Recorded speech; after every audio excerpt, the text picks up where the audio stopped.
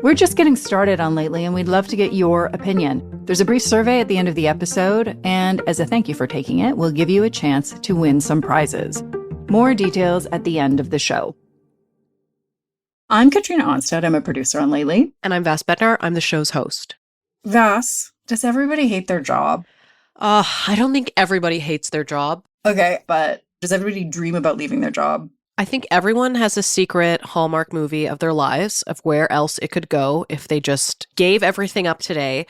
But I think an element of modern work that most people are totally comfortable railing against is just how much it spills over into everything else. Mm-hmm. That you're always reachable, that you graze your work email like before you go to sleep or right when you wake up, or you're thinking about your inbox on the weekend, and you just never feel that you're not at work, and then you don't feel like you're your true self because you're always your work self. Yeah, I mean, there's a lot of research around the millennial generation as being not work averse, but prioritizing life, prioritizing purpose over paycheck. That's a phrase that's been tossed around.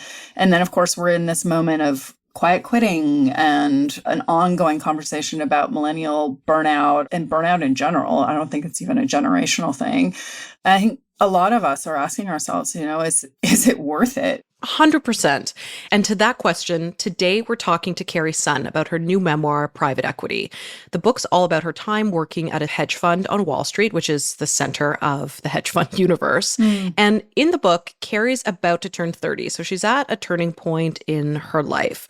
At the time, she had been a financial analyst, but she was starting to back away from finance a little bit and starting to consider her next move. And she gets cold called, I guess I should say cold messaged on LinkedIn about a job at a very secretive firm. Mm-hmm. And she ends up working at this firm, which she calls Carbon, a great, slick, fake name. Anyway, she's working there for a hotshot young founder who's a billionaire, and he also gets a pseudonym. And the role is fascinating and demanding and lucrative. So at one point, she was earning over $300,000 USD with some pretty nice bonuses. Yeah, this is a very moneyed world, and it's a very juicy memoir. Yeah. There's clearly a big audience for this stuff. There's been so much dramatization of this world in movies like The Wolf of Wall Street, and in the recent Netflix movie Fair Play, a surprise hit thriller about what it's like for a young woman to be a financial analyst at a cutthroat hedge fund, a firm that also employs her totally unhinged boyfriend. Ooh. Fun fact, Carrie says that she was once brought into the writer's room for the show Billions, just to share her experiences on Wall Street. And she believes that she was the inspiration for a character on that show. Yeah. So the culture is infatuated with this world, but Carrie's book really undoes our fetishizing of the high finance workplace, even though it's also a prurient read, right? We get to be excited by the same things that she's critiquing. She kind of has it both ways. But in the end, this work almost destroys her. Her dream job kind of wears her down to a nub, and it quickly becomes a nightmare. And it's not a story that's really just limited to high finance, right? The kind of job that spills over into your personal time and gobbles it up.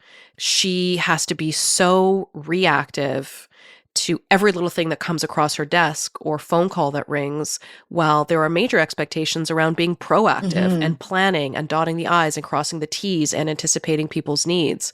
And it's not just technical for all her quantitative skills, it's also really, really emotional, and that's got to have contributed to how draining it was for her. And yet the ethos of the workplace is wellness and giving back. And so there's a kind of incredible disconnect between the talk and the walk. But yeah, the courage to leave, I think that's also part of what's interesting about her book, is how she does muster up that courage to follow a dream that she deferred because of the lure of this level of success, right? So she exited that job, and that's not really a spoiler because the end product of that exit is this book. She always wanted to be a writer, and she had put that to the side because extra, not as lucrative as working for a billionaire hedge fund guy. Exactly. What she's talking about in the book is really of this moment, the arc of being totally seduced with the promise of a particular workplace, and then realizing that even though you're literally and figuratively giving it your all, that cliche, work doesn't love you back. Mm-hmm. Let's head over to our interview with Carrie Sun. This is Lately.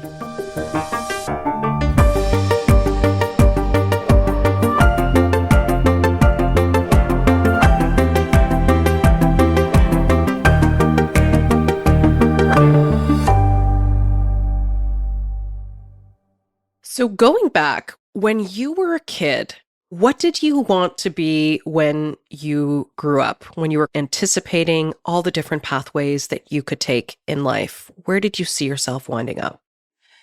I have always been interested in writing. I wrote my first novel when I was 8 years old, but growing up in mid Michigan with my parents who were doing their graduate studies at Michigan State at the time, they were English professors in China before they immigrated to the United States. And after that, they kind of switched careers into more quantitative things. So the idea of being able to switch careers at any time and sort of the very American notion of self-reinvention has always been a part of my story and worldview. And around seventh grade, I became very interested in the business section of the library. And a lot of that was because I saw my parents, even when they didn't have a lot of money, they would seek to invest it in the stock market. And I just became very interested in why this was of such interest to my parents. Fast forward us to the position that you write about in the book. There's kind of a wild process of getting the job. And why did you even want it? Like, did this wild process freak you out, or did it end up enticing you more to the role? Yes, the wild process, it actually made me very interested in the job. I thought that if the recruiting process for an assistant level position, I was the sole assistant to the founder of this firm, who is a hedge fund billionaire. If a person had to go through 14 interviews and something like 10 reference checks just to get this position, I thought that if they applied that same level of diligence to their investments, I just thought that this was probably the best firm in the world. And so rather than seeing how that intense process might be foreshadowing my future work, I thought here was a place that very much seemed to care about ethics. That was very clear to me. They cared about being on the right side of the law. I was really attracted to the atmosphere of being surrounded by people who constantly strove to be the best of the best. And we're talking their motto, which was the best in the world at everything. So even small tasks like finding a 70% dark chocolate bar for the office, it had to be the best in the world of that thing. Oh, I wow. just really was attracted to that work ethic. And initially I took the job because I had felt stagnant in my life. I felt that I didn't know what I wanted to do. I was 29. 29 is such a time of possibility and change. You're going into a new decade. And Some of us stay 29 for a couple years just to stretch yes, it out as exactly. well. Really make the most of it. Exactly. And going into my 30s, I wasn't sure that the life I had lived in my 20s is how I wanted my 30s to go. But I wasn't sure what exactly I wanted to look like because in my 20s, I worked as a quantitative equity analyst at Fidelity Investments. Right. And I started business school, dropped out of business school because I had never really afforded myself the time and space to develop the self-knowledge of who I was. And in fact, in many ways, I felt like I had a delayed coming of age. I had just been working so hard, both in growing up in mid-Michigan, also at MIT. I double majored and minored and graduated in 3 years. And then I started working immediately after that. I had just been running and going. And I just wanted to clear my plate and see, what my true interests were and Start fresh. start fresh. Exactly. Because you moved as well, right? You were in Michigan, you moved to New York. Yes. Now, I got to back us up for a second because you've mentioned this word hedge fund. And I have two questions about that. One, just for the benefit of our listeners, what is a hedge fund? And two, your boss didn't want you to call it a hedge fund. I'm really interested in that too. Why would that be? A hedge fund is some sort of partnership arrangement whereby investors can pool their money together and is a private fund, not open to the public. And because of the private nature, they're able to make investments usually in much higher risk situations and products. And Okay. so hedge funds can connote a sense of elitism and privacy because investors are very ultra high net worth. And it can also connote extreme risk and also secrecy because they're often not held to the same transparency and reporting regulations as other more public products. Let's go back to starting at this place of work. So, a super fun element of the book is kind of the Succession-esque insider peek at this world of hedge funds. There is something intoxicating about the office, especially when you start, and the culture, the beautiful art, the fashion, the drive, people barely stopping in the hallway to chat with you because it's a wasted second and we've got to invest the time elsewhere. Can you tell us about some of your first impressions of that world? My first impression of this world was pure awe. Everything was beautiful, glittering. The walkways were carpeted, but people were gliding from meeting to meeting. And in the 10 seconds between meetings, doing like really important work and making decisions about millions of dollars of investments. The office was not one of what you often see Wall Street being depicted in movies. And Phones weren't ringing off the hook. they were ringing, but they were totally on silent, and people Okay. were speaking in very controlled, gentle tones. It wasn't yelling, people talking over each other, and it just wasn't this Wolf of Wall Street atmosphere. The Wolf of Wall Street was the antithesis of where I was working because I just couldn't imagine how anyone would have any time to even drink, have hangovers, and recover from the hangover. Everyone was just so about not just work optimization, but life optimization and self-optimization.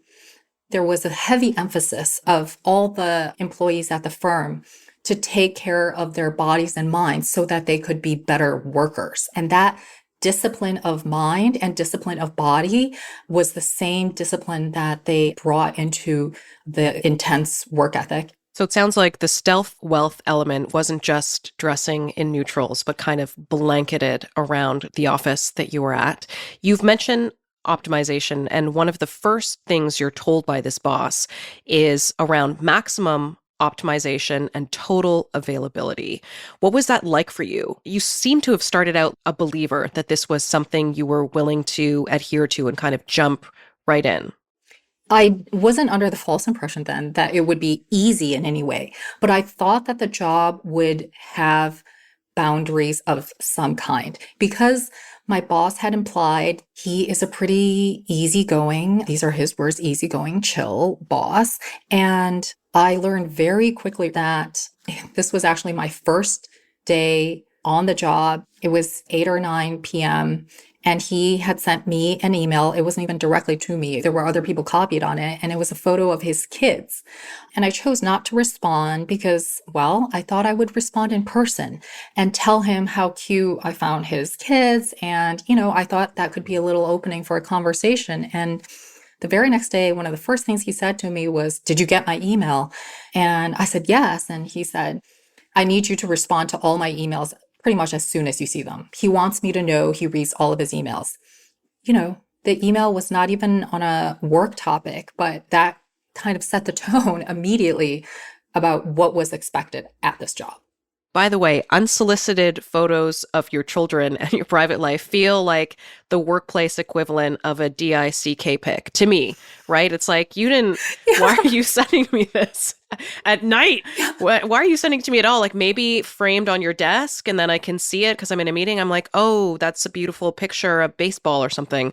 Your job description too, you had 96 responsibilities and 13 expectations. Yes. I was interested in this idea that a job can be so thoroughly detailed and all-encompassing that you can see it on paper. Well, the job responsibilities were absolutely so detailed. And there were lines like going the extra mile, above and beyond, willing to help with any item as needed, and so that just encompasses literally everything. So it's both extremely detailed. Like, for example, no unanswered phones. And so literally, if we were away from the desk and the phone started ringing, we would just run back because my boss wanted all calls ever to be answered by a human. The level of expectation was just so high, so specific. And then, by the way, in case we didn't get all expectations and responsibilities in the 96, there are line items that tell you, and anything else we might want you to do ever. I know some people take the attitude that as long as something's well compensated, that's kind of the trade-off. Do you mind telling us a little bit about some of the perks of this, for many people, foreign world that we only maybe see on TV? Yes, there were so many perks. I'll start small. So yeah, I mean, we had a stipend for lunch. We never had to go downstairs to pick up our food because we had someone pick it up for us and deliver it straight to our desk. Your butt never needed to leave the chair to get your lunch. And more than that, our gym was beautiful. It overlooked Central Park.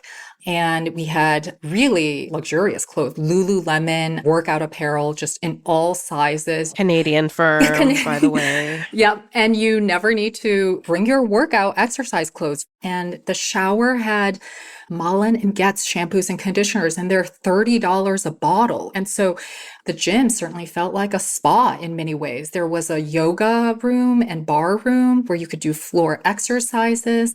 There was a Peloton bike. Oh, wow. You could Peloton overlooking Central Park and you can watch the sunset or the sunrise. It was just incredible perks. And more than that, my boss, to me, he would give me coats worth $6,000, $2,500 to SoulCycle, a package of private massages, in-home massages, spa vacations, surf vacations to Montauk, $3,000 to Ritz-Carlton Lake Tahoe. Surf vacations that you can work during, though. Yes. So I found that duality really fascinating.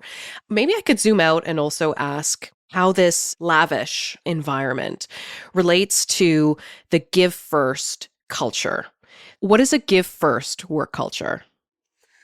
A give first work culture is when you are ready to help someone else at your firm, hopefully, this is a corporate work culture, and really expect almost nothing in return. You are there to volunteer your time and effort first, just knowing that it will come back in some way in the future. And so I think it probably first came to front of mind through Adam Grant's book, Give and Take, Right. which I was asked to read when I started this job. I'll say that on paper, I definitely agree with Give First. I believe in caring about your peers and your coworkers, but I also think that when the firm gives first to the employees, it's all giving in service of Vass, as you were saying, kind of keeping you there. Right. And so the luxury of the gym and then also, my spa packages,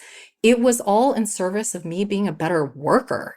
I don't think it was real giving on behalf of the firm. It was an investment that they were doing to hopefully have their workers perform better and have, higher productivity. But what I really thought of as Give First was lending a helping hand with tasks to your peers, your coworkers, and to even your manager and other people. But That didn't happen for you. no. Going back to the maximization and being the best all the time kind of put coworkers in a sort of competition where everyone was probably a bit overloaded, kind of suffering similarly, but also looking really beautiful and ordering a really cool lunch and having a really great purse and coming back from a vacation that they worked on the entire time. So just that sort of tension. And there are comedic aspects of work too. Yes. To me, there were elements of probably unintended comedy. So you're at a company retreat and you sit through a PowerPoint presentation about the company's long-term ambitions. And there's one slide, exceptionally high returns only for the next 15 years. All right, that's a great ambition. And then there's a slide on the firm's community impact. And then there's 3 letters, TBD, to be determined. Yes. What was it like for you in that moment to be on that retreat and see that slide? The moment was really, the entire world fell away. And it was one of those moments where I felt that I was able to see through to the heart of things. It's such a symbol of everything that I was trying to show in the book, which, the firms and billionaire owners of these firms can have the best intentions. But at the end of the day, what are your priorities? The TBD was just such a eyes wide open moment for me, because it was like, well, we don't have time to think about this now because we're so focused on making money.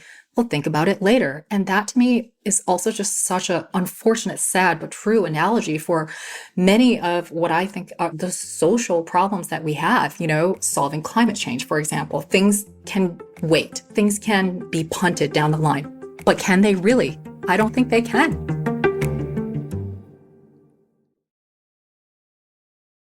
Going back to the optimization element for a second, there's also wastefulness at work.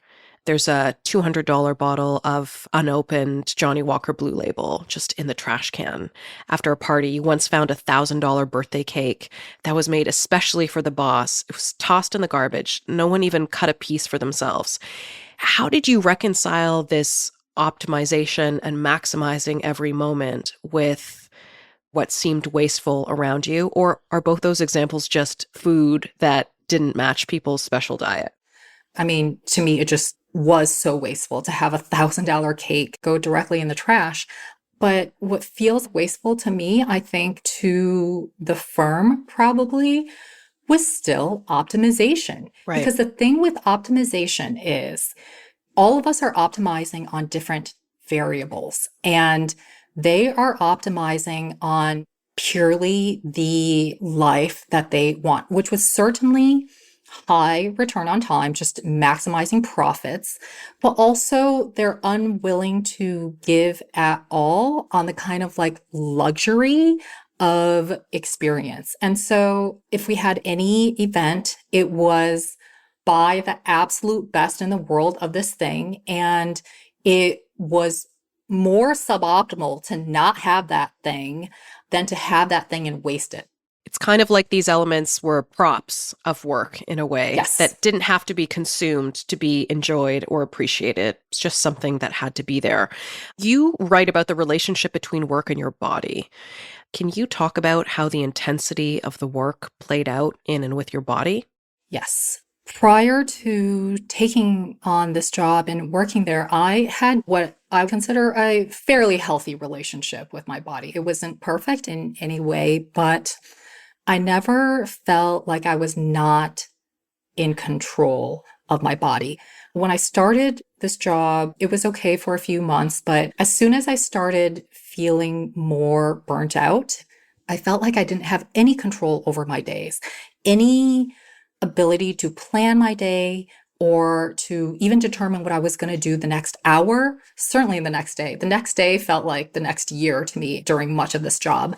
I started to have an uncontrollable appetite. I started eating and eating and eating, and I found myself unable to say no to food in the same way that I felt like I was unable to say no to my boss. Whenever anyone asked me to do anything, I just said yes. In fact, having a can-do yes attitude, those words, they were built into my job description. And I developed this inability to say no to certain food situations. But really, more than anything, what I was binging on was even less specifically food, but rather I was binging on the one sense of choice and freedom and control I had, which was over my food choices. Because I was unable to have any sense of freedom throughout my day, I really was binging on agency is what I was doing there. And so I ended up gaining 36 pounds in 1 year at this job. And wow. Yeah, it's really... Who's counting? Well, so, I didn't count for a while until I really felt, again, to optimization, my clothes no longer fit me and I had to get new clothes. And, I was not even so sad about that. Rather, my first reaction was, well, how am I going to have the time to buy a whole new wardrobe? Right. But now I think about my body and it's kind of ballooning there as a symbol of the weight of responsibilities I was taking on at work and how it accumulated and accumulated over 2 years.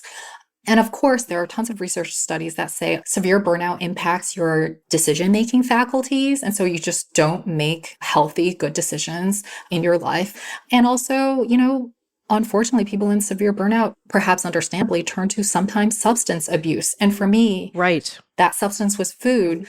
It also helped numb me in many ways to the pain of the burnout I was experiencing. Well, to that pain, you still carry an injury from that time, not just psychological, but on your body. You have scars from this time. Do you mind telling us about what happened at the gym? Yes. So I was at this gym. I was running on the treadmill. It was a beautiful spring, early evening. The sky, the sun, everything was beautiful. And at the time, I'd been working in this job about 6 months, but I was already starting to feel the effects of burnout. I really told myself that I needed an hour to myself, an hour of no interruptions. Well, midway through the run, I get an email from my boss, and I'm having this debate on the treadmill. Should I answer it? Should I not? Can it wait 30 minutes? Can it not? And going back to that email he sent me of his kids on my very first day of work, I thought I have to respond to this. I can't not respond to it. So then I try to answer while running and I wipe out. I fall. The Lululemon pants were completely intact. They were not hurt at all from the fall. But as soon as I roll my leggings up, really thick parts of my skin on my knees were missing. It was Oof. terrible. I had burns because treadmill burns can be really, really serious. I had them on my palms, my elbows. It was really, really bad. And my knees are still scarred from that. You literally got off the treadmill. Yes. Literally came off the treadmill, Yes. right? That imagery too, right? You had to have that moment of coming off the treadmill, but you don't even seek medical care right away. You kind of try to go back to work too. And I just thought that so illustrated your adherence or feeling bound up in this role. I'm struck by the way that roles like this in finance are glamorized in pop culture. And you were the inspiration for a character on the show Billions. And I wondered if you could recognize yourself when you watched it. I definitely did recognize myself. She was introduced as a new character, and she was introduced as the chief of staff to Axe, the major billionaire hedge fund manager of Billions. And I thought she was wonderful. She was so smart. She really held her own in a room full of men, and she also spoke her mind. I really loved her character. I wonder why you think we're so kind of drawn to this world. Is it a curiosity? Is it that it feels foreign? Or is it just the belief system? I think people are so interested in this world for many reasons. There's just this broad sense, which is true in society, that these alternative asset managers who run hedge funds, private equity funds, venture capital funds, that they're kind of owning more and more of the world. They are owning everything from hospitals to single family homes. They have a ton of capital. Who knows where they deploy the capital, but they're just owning more of the world. And these are the shareholders, the owners, to whom so many workers have to answer to. And yet there's this aura of just secrecy around this industry. So I think people are curious to know who is at the top. How do they work? What do they think? And how do they live? What shampoos do they use? Yeah. What do they wear when they exercise? What do they order for lunch? Yeah. I want to pick up on what you just mentioned around ownership. I've been reflecting on the title of your memoir, Private Equity. Do you feel like you invested yourself in the job expecting that it would pay off in some way? What is the equity exchange between employer and employee? Or is that something you weren't gesturing at? I was absolutely gesturing at that with my title. My title certainly is about the industry of private equity and the asset class, but really, really, it's about exactly the kind of notion that you just expressed of private in the sense of the self and equity in the sense of I'm investing so much of myself and my time in my work. And what is it that I'm actually getting back? Is it an equitable exchange? And for me, it really wasn't, because while I on the surface was compensated well for my job title. But there's this question of how to value what the person and the role actually brings to the workplace. And in that sense, when I think about it, I'm providing operational leverage, administrative support. I'm providing also research support, communications. I'm doing all these roles and jobs. And I felt like I was only being compensated for really one job that just ballooned and expanded into 5 extra full-time jobs. And so I quit right before my holiday bonus. But beyond that, I also quit right before the holiday party for which I was supposed to do the planning. Bold move. Bold move. And I just really could not do that planning. And when I quit, they hired outside support to do that planning. So, I don't know how much they spent, but why couldn't they have done that when I was there, actually? So I was just taking on the extra role of an outside event planner. I just hope people who read the book and who are listening to think about, what are you investing in your job and what are you actually getting back? That is the equity I mean in private equity. And then just walk us through that day you tendered your resignation ahead of the bonus, knowing that you don't get to go to the holiday party. How did you get the courage to leave? And how did you know it was time to pull the chute? I went to my boss, told him I was really burnt out, and asked him for help. He told me to seek professional help in getting a therapist. So I started to see a therapist really at his behest. And I asked my therapist, what is wrong with me? And after one session, this was the first session, she was like, nothing's wrong with you. Your job is killing you. And that just completely blew my mind. My therapist made me realize that I can't change my environment, but I can change how I choose to respond to the environment.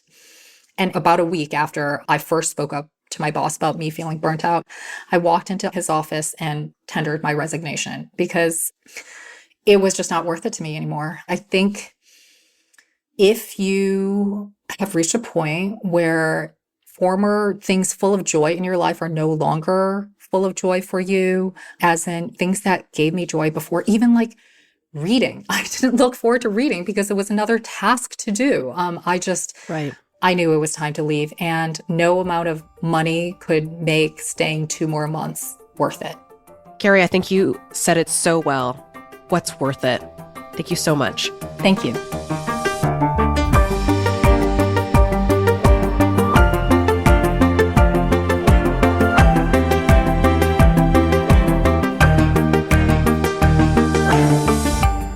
You've been listening to Lately, a Globe and Mail podcast. Our executive producer is Katrina Onstad. The show is produced by Andrea Varsany, and our sound designer is Cameron McIver. I'm your host, Vass Bednar. And in our show notes, you can subscribe to the Lately newsletter, where we unpack a little more of the latest in business and technology. A new episode of Lately comes out every Friday, wherever you get your podcasts. Here are the details on that survey we told you about at the start of the show. We want to know about you and what you'd like to hear on Lately. Just go to latelysurvey.ca, fill out a brief survey, and as a token of our appreciation, we'll enter your name to win one of 3 $50 gift cards you can use to shop online. Once again, that's latelysurvey.ca. We'd love to hear from you.